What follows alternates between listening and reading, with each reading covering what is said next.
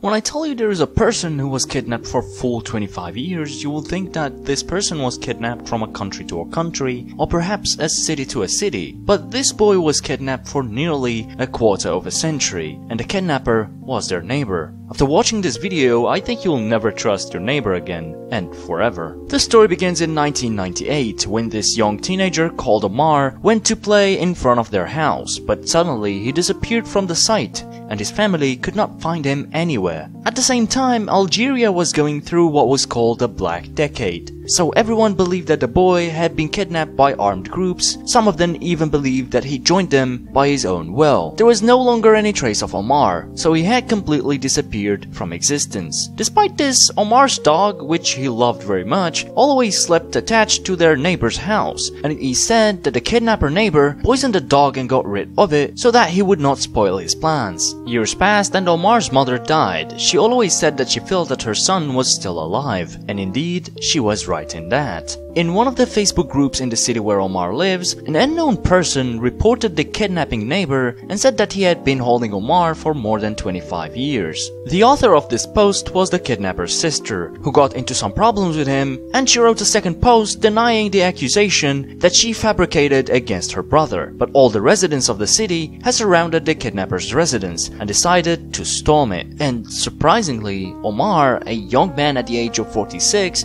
was found in good health as he was sleeping among the sheep with his hands tied, and he was only 60 meters away from his home, from which he was kidnapped.